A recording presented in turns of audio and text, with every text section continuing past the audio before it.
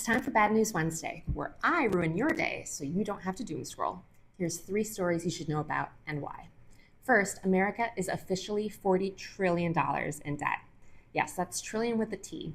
The Treasury's total public debt outstanding just crossed about 40.047 trillion. And honestly, at this point, these numbers feel like monopoly money.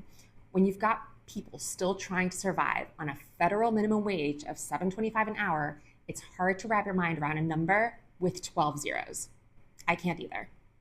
Here's what's wild. The national debt was about 20 trillion in 2017. In less than a decade, we've basically added another 20 trillion.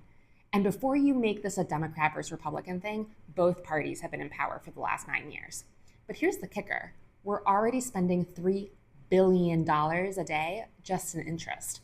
That's money we're not spending on housing, education, infrastructure, healthcare, roads, yet somehow Washington keeps writing checks. Second, women, pay attention and sound the alarm.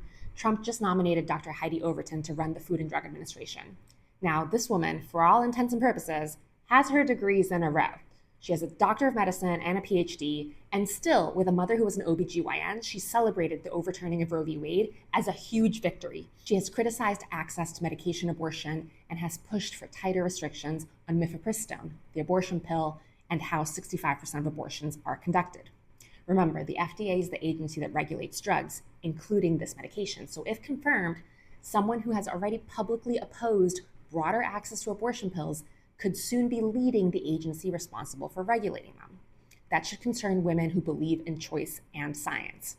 And finally, remember when people warned that the government could start treating political dissent like terrorism?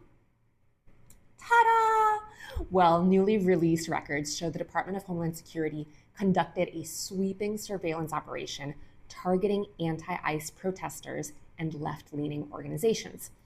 Undercover agents attended community meetings, infiltrated signal chats, secretly recorded gatherings, collected license plates, and obtained financial records from unions of nonprofits. One agent even attended a peaceful protest training event at a public library.